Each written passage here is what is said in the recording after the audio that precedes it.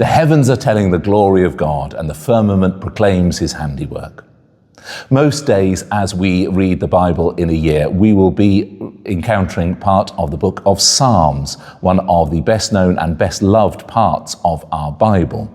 And it's important that we think about what that book means to us today and why those Psalms were written. So I'm delighted to be joined today by Father Daniel, the Vicar of All Saints in Putney, in his beautiful church. And he has very kindly agreed to answer a few questions about the Psalms to help us. So Daniel, thank you very much. My pleasure.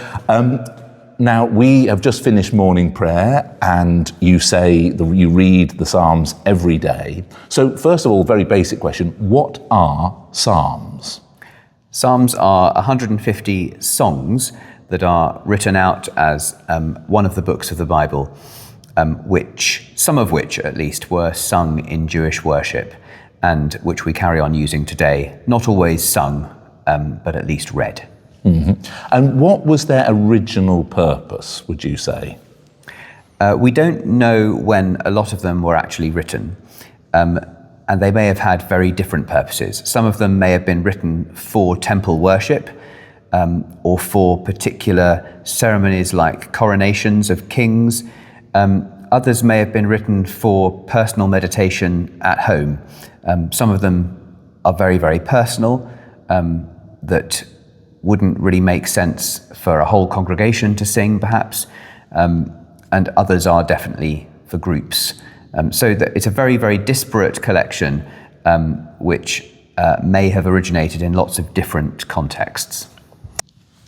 The book of Psalms is one of the most popular books of the Bible, and it's one of the most quoted books in the New Testament. Why do you think the Psalms have been so popular, so influential?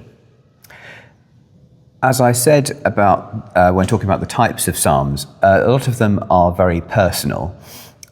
Someone is in trouble and has written a psalm crying on God for help, or someone has something amazing has happened and they're praising God very enthusiastically. So they're one of the most emotional books of the Bible. They're the book of the Bible which is most obviously the word of man, not so much the word of God. They are mostly addressed by people to God. And so they're naturally something that we can recite and make those sentiments our own. So I think they're another hymn book, and of course we love hymns. And you are a musician yourself. How could you just sort of mention briefly how the Psalms have influenced our own music, Christian music in particular, over the last 2,000 years? So they were sung in Jewish worship to some kind of psalm tone.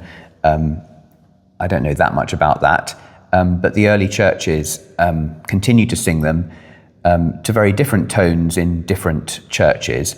In the West, which is where all of us Protestants come from ultimately, they were sung to plain song, so very simple tones like, my God, why have you forsaken me? And then these got harmonized. Anglican chant, of course, is an alternative way of singing the Psalms. But also at the Reformation, people started paraphrasing them into metrical psalms, basically proto-hymns, so that people could sing the words of the scriptures in worship when they didn't countenance the singing of non-scriptural words. So they're at the root of modern hymnody in the Protestant tradition, I would say. And many of us this year may encounter psalms that we did not realise were the basis of some of our most famous hymns, and that we will recognise them because we sing them far more than any, or therefore say them far more than any other part of the Bible. Yeah, of course we all know psalms based on Psalm 23.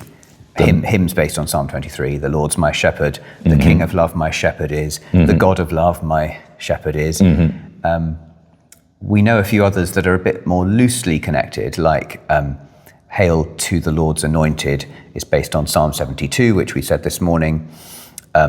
God is our strength and refuge is based on Psalm 46, I think. There are lots and lots, some very close and some rather more poetically interpretive of the Psalms. Yes, and in the Methodist tradition, of course, Charles Wesley turned to the Book of Psalms repeatedly for some of his best-loved hymns, and even if it's not a direct paraphrase, we'll find phrases there. Last question to you, Daniel. You, and I've come to you partly because you say the Psalms every day in morning prayer, and the Anglican Church is much better at honouring that tradition of saying the entire psalmody, as it's called, the 150 Psalms in our canon. Do you have a favourite psalm, or a psalm that speaks to you most deeply as it comes round in that cycle? One of the ones that has meant a lot to me over the years, and still does, is Psalm 42. As the hart desireth the water brooks, or as the deer longs for the water brooks. It was my college motto at Oxford, at Hertford College, named after someone who had the hart in his crest. So we sang settings of it, Palestrina's Sicut Cervus and Herbert Howell's Like as the Hart. But what connected me with it was at times when I wasn't feeling the faith. I wasn't feeling like I had a strong faith or particularly enthusiastic, when I felt God wasn't there, perhaps. The psalm really explores that feeling.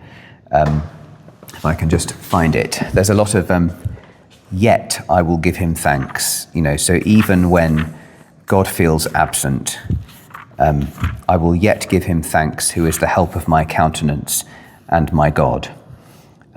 My soul is heavy within me, etc., etc., but I will yet give him thanks.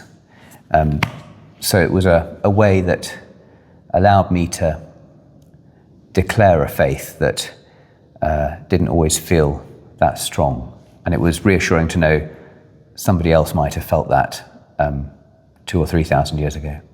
And it is that sense of empathy that I think attracts so many of us to the Psalms. As you say, the feeling that somebody else has shared our thoughts and fears and emotions. Thank you so much, Daniel. It would be lovely in the comments below if you said which was your favourite psalm or which psalm spoke to you.